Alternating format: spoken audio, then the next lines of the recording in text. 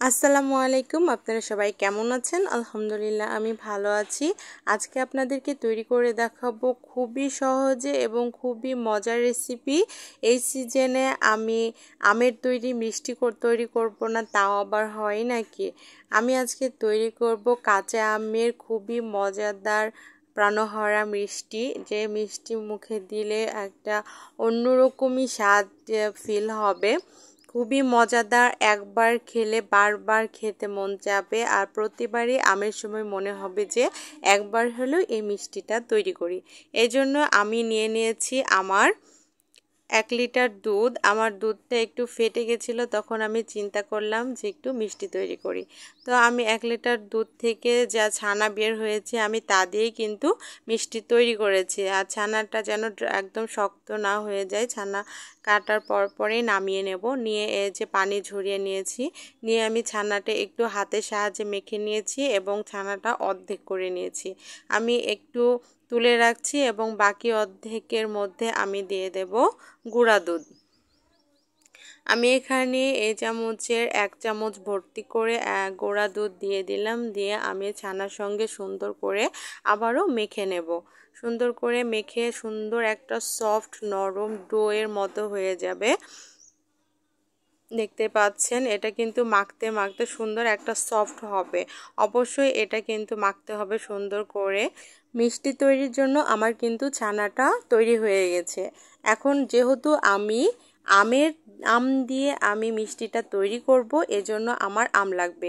এখানে আমি 2টা আম নিয়ে নিয়েছি। এখানে আমি ছোট ছোট এজন্য 2টা আম নিয়েছি। আপনারা যদি বড় আম হয় তাহলে অবশ্যই একটা নেবেন। নিয়ে আমি আটি থেকে আমের দড়াগুলো সুন্দর করে ছোট ছোট পিস করে আলাদা করে আমি এটা ব্লেন্ড করে নেব।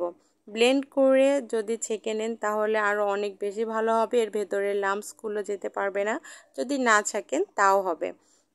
দিয়ে আমি এই যে ঢেলে নিচ্ছি। এখন আমি চুলাতে প্যান দিয়ে দিয়েছি। প্যানের মধ্যে আমি দিয়ে দিলাম আমের যে আমি পাল্পটা তৈরি করে রেখেছিলাম, আমের পাল্পটা তো দিয়ে দিলাম।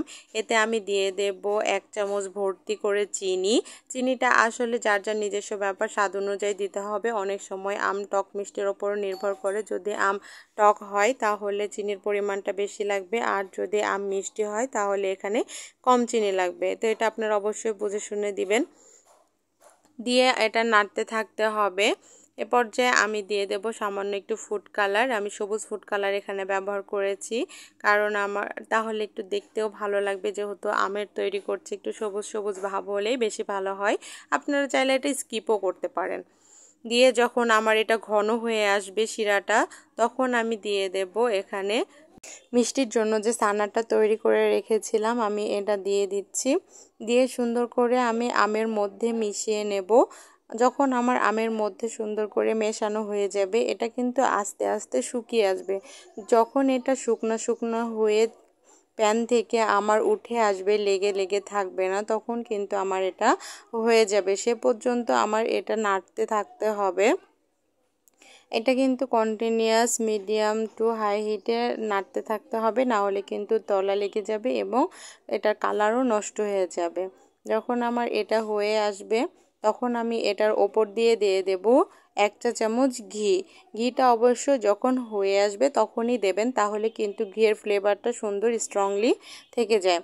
এই যে আমার কিন্তু বুঝতে পারছেন যে আমার প্যান থেকে কিন্তু ছেড়ে ছেড়ে আসছে। এই অবস্থায় আমি এটা নামিয়ে নেব। নিয়ে আমি একটা প্লেটে সুন্দর করে মেলে দিয়ে দেব। যে পর্যন্ত না ঠান্ডা হয় আমি সে পর্যন্ত এটা মেলে রেখে অপেক্ষা করব। একদম পুরোপুরি ঠান্ডা হয়ে গেছে। এখন আমি ফিরে এসেছি। এই যে আমি সুন্দর করে আমের যে মিশ্রণটা, আম এবং ছানার সুন্দর করে আমি উঠিয়ে নিচ্ছি। আর আমি যে বাকি ছানাটা রেখে দিয়েছিলাম, সেই ছানাটা আমি এবার সেই মিশ্রণটা সব 2টা মিশ্রণই আমি একসঙ্গে করে হাতের সাহায্যে মেখে নেব সুন্দর করে। যখন আমার মাখানো হয়ে যাবে, এটা কিন্তু সুন্দর একটা সফট হয়ে যাবে। এটা সুন্দর করে মাখতে হবে কিন্তু। এ পর্যায়ে মাখা যখন সুন্দর করে মেখানো হয়ে যাবে এবং মিশ্রণ দুইটাই মিশে যাবে, তখন আমি একটু দিয়ে দেব গুঁড়ো দুধ। গুঁড়ো দুধ এখানে দেওয়ার কারণে কিন্তু গুঁড়ো দুধেরও একটা যে সুন্দর টেস্ট আছে এবং ফ্লেভার আছে, এটা কিন্তু স্ট্রংলি থেকে যায়। পার্সোনালি আপনারা নাও ইউজ করতে পারেন এই সময় মিষ্টি গুঁড়া দুধটা, কিন্তু টেস্ট বেশির জন্য অবশ্যই যদি চান তাহলে এটা ব্যবহার করতে পারেন।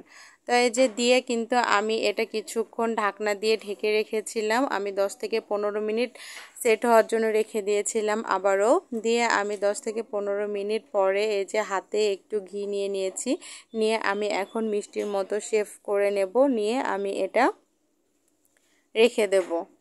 এটা কিন্তু তৈরি করা কিন্তু খুবই সহজ, খেতে কিন্তু অসাধারণ। এভাবেই কিন্তু আমি সবগুলো বানিয়ে নিচ্ছি। আর দেখতেই পাচ্ছেন অল্প একটু উপকরণ দিয়ে আমি কিন্তু বেশ কয়েকটি মিষ্টি তৈরি করে নিয়েছি। আর এটা একটু দেখার সৌন্দর্যের জন্য আমি এর ওপর দিয়ে গুঁড়ো দুধ ছিটিয়ে দিয়েছি। আপনারা চাইলে এখানে নারিকেল গুঁড়ো দিতে পারেন, এখানে আপনারা চাইলে আইসিং সুগারও দিতে পারেন, তাহলে একটু দেখতেও সুন্দর লাগবে। আর দেখতে সুন্দর লাগা জিনিস তো মানুষকে মনকে প্রথমে আকর্ষণ করে। দিয়ে পরিবেশন করুন পরিবার পরিজনদের সামনে। আমার মনে হয় সবাই আপনার এই মিষ্টি খেয়ে প্রশংসা করবে যে মাশাআল্লাহ অনেক সুন্দর হয়েছে, সবাই রেসিপিও জানতে চাবে। আর আমার রেসিপিগুলো যদি ভালো লাগে তাহলে অবশ্যই আমার চ্যানেল আরিয়ান্স মাম্মা সাবস্ক্রাইব করবেন, Facebook page MST Mariyam Khatun follow করবেন, লাইক কমেন্ট শেয়ার করবেন, করে আমার পাশে থাকবেন। আজকে এ পর্যন্তই, আল্লাহ হাফেজ।